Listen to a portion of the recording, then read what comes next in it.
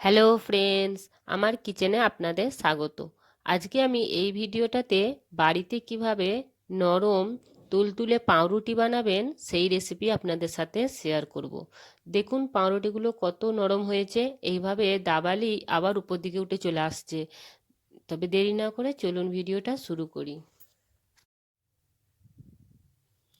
এখানে আমি 125 ml দুধ নিয়ে নিয়েছি আর দুধটা কুসুম গরম আছে।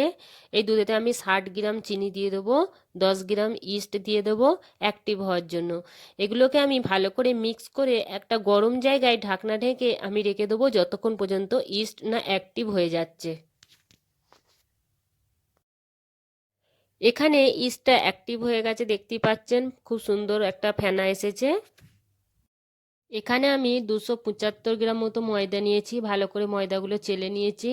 আর এখানে 15 গ্রাম পাউডার দুধ নিয়েছি আর একটু লবণ আমি এতে মিশিয়ে দিয়েছি। এগুলোকে এবার এর সাথে ইস্টটার সাথে আমি ভালো করে এই আটাটাকে মেখে নেব। কমসে কম 15 থেকে 20 মিনিট আটাটা আমাদের ভালোভাবে মাখতে হবে, যেন একবারে স্মুথ মতো হয়ে যায়। দেখুন আমি এগুলোকে ভালো করে মেখে নেব আটাগুলোকে। এতে আমি একটা ডিম ভেঙে দেব। দেখুন ডিমটা দিলে খুব সুন্দর একটা স্বাদ আসে। এবার ভালো করে আমি এগুলোকে মেখে নেব।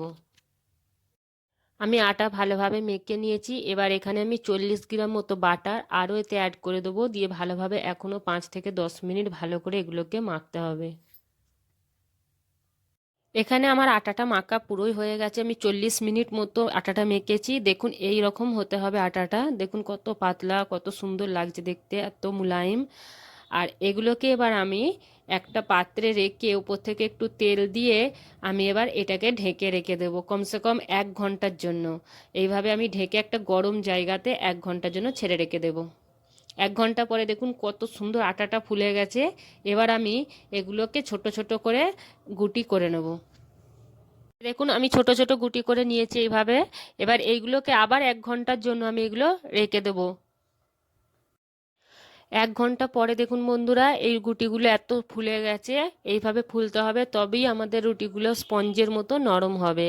এবার এখানে আমি একটা ডিমের কুসুম আর একটু দুধকে ফাটিয়ে রেখেছিলাম, এইভাবে এবার উপরে আমি লাগিয়ে দেব, যাতে করে আমাদের রুটির কালারটা খুব সুন্দর আসে।